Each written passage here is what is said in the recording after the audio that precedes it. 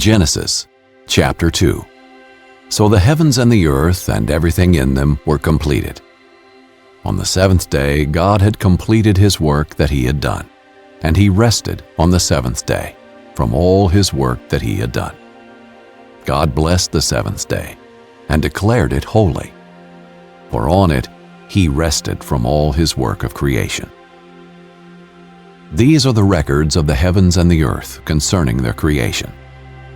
At the time that the Lord God made the earth and the heavens, no shrub of the field had yet grown on the land, and no plant of the field had yet sprouted, for the Lord God had not made it rain on the land. And there was no man to work the ground. But mist would come up from the earth and water all the ground.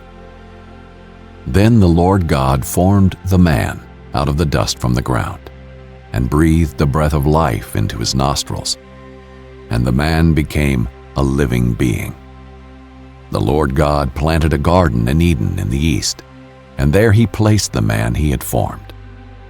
The Lord God caused to grow out of the ground every tree pleasing in appearance and good for food, including the tree of life in the middle of the garden, as well as the tree of the knowledge of good and evil. A river went out from Eden to water the garden. From there it divided and became the source of 4 rivers. The name of the first is Pishon, which flows through the entire land of Havilah, where there is gold.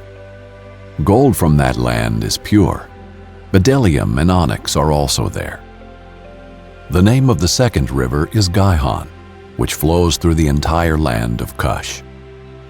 The name of the third river is Tigris, which runs east of Assyria, and the fourth river is the Euphrates. The Lord God took the man and placed him in the Garden of Eden to work it and watch over it.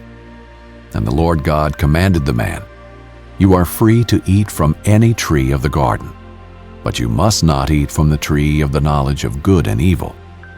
For on the day you eat from it, you will certainly die." Then the Lord God said, "It is not good for the man to be alone. I will make a helper corresponding to him." The Lord God formed out of the ground every wild animal and every bird of the sky, and brought each to the man to see what he would call it. And whatever the man called a living creature, that was its name. The man gave names to all the livestock, to the birds of the sky, and to every wild animal. But for the man, no helper was found corresponding to him. So the Lord God caused a deep sleep to come over the man, and he slept.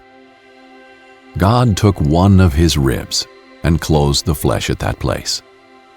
Then the Lord God made the rib he had taken from the man into a woman and brought her to the man.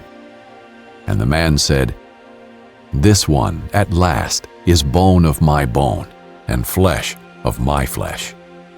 This one will be called woman, for she was taken from man." This is why a man leaves his father and mother and bonds with his wife, and they become one flesh. Both the man and his wife were naked, yet felt no shame.